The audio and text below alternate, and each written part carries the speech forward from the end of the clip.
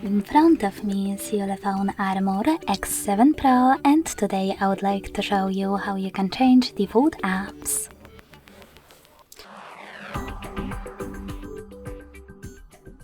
Begin by installing your new defaults. I already did that, so I can go into settings right away.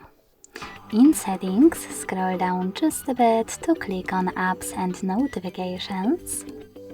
Select default apps and tap on one of those options, in my case browser app. Now click on your new downloaded one to apply it and go back. As you can see, after that my default app has changed. Thanks so much for watching. If you enjoyed this video, leave a like, comment and subscribe. Bye!